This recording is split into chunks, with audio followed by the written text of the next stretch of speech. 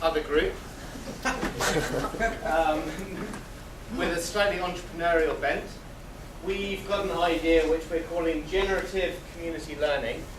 So we've taken a slightly different angle. It needs a whole bunch more thinking from everyone. But we're fascinated by the Kiva model. For those of you who don't know Kiva, it's the online micro-lending site where you can go on and lend to entrepreneurs all over Africa and Asia. You can donate your $25, your $50, and it goes out to fund someone to start up their own business, and they send you emails.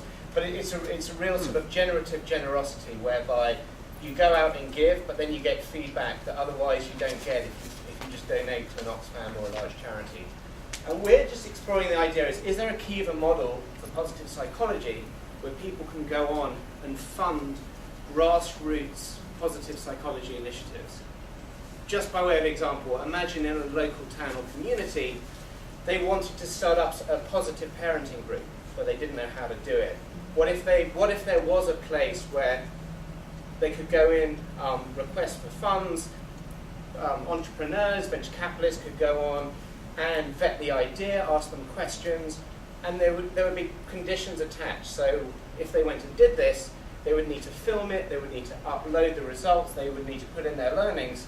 So when the town in the next state wanted to do it, they could see how it was done, and there was a positive feedback loop. So there's a whole sort of knowledge management part of this. And we kind of brainstormed down that path. It's not really a $5 million funding request as of yet, but it's an idea that we're keen to play with, because we think that whilst 100 Mapsters have a lot of power in the world, if we can think of cleverer ways to harness the web, we could make it geometric, not just linear. Thanks. Yeah.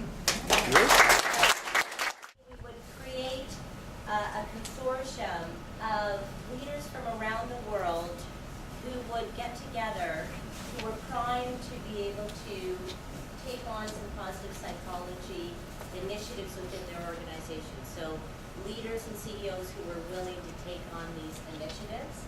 And we would get them together in a room, and we'd also want prominent professors there as well. But they would come together and they'd learn about positive psychology, and they would agree that they would implement these initiatives within the organization. And what they would do is we would actually have positive psychology practitioners who would support them, coach them, consult with these organizations, more on a part-time basis kind of thing. And help them initiate these initiatives. There would be a curriculum of initiatives that they would agree to. So at the consortium, they would agree to this curriculum of, perhaps maybe they're going to do appreciative performance reviews, or they're going to decide to, use AI as a basis for, certain decision-making processes within their organizations, or things like that. But they would decide on a curriculum of things that we would actually measure business performance. We would follow them for the year, and we would measure business performance based on those initiatives.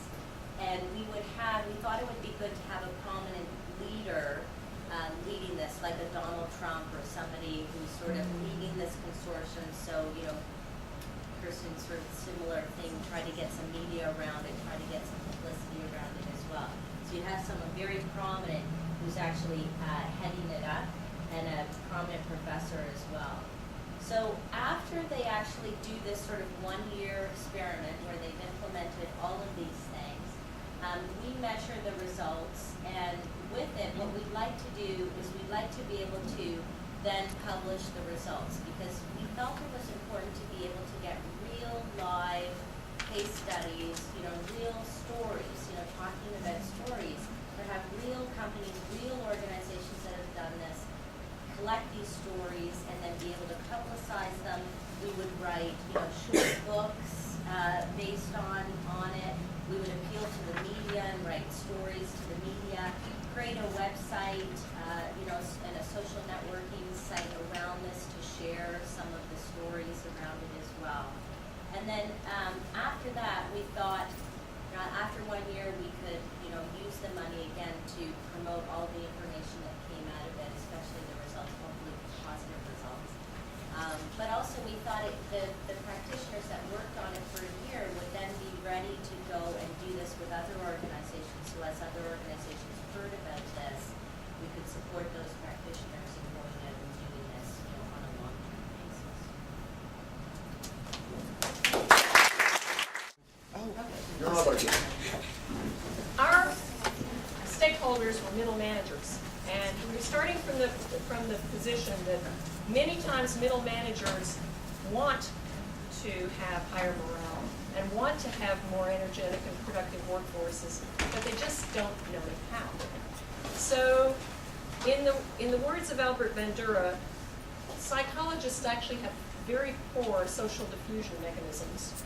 The best way to get information out to the public is through stories.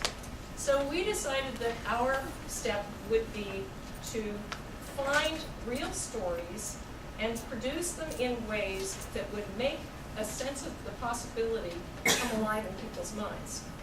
So the first thing that we're going to do, and we're just talking about our first year plan, okay, and we'll tell you what we started to do coming next. But we figured in our first year, we would have a series of reporters go out globally around the world to different industries and find existing positive workplaces in situ. So, for example, go out to IBM in Japan and say, who are your managers that have the most engaged, excited, can't wait to come to work workforces? And when we get those descriptions, then to go and have the reporters follow them around, maybe take little YouTube videos, ask them questions, ask them people questions, get stories of real things that have happened.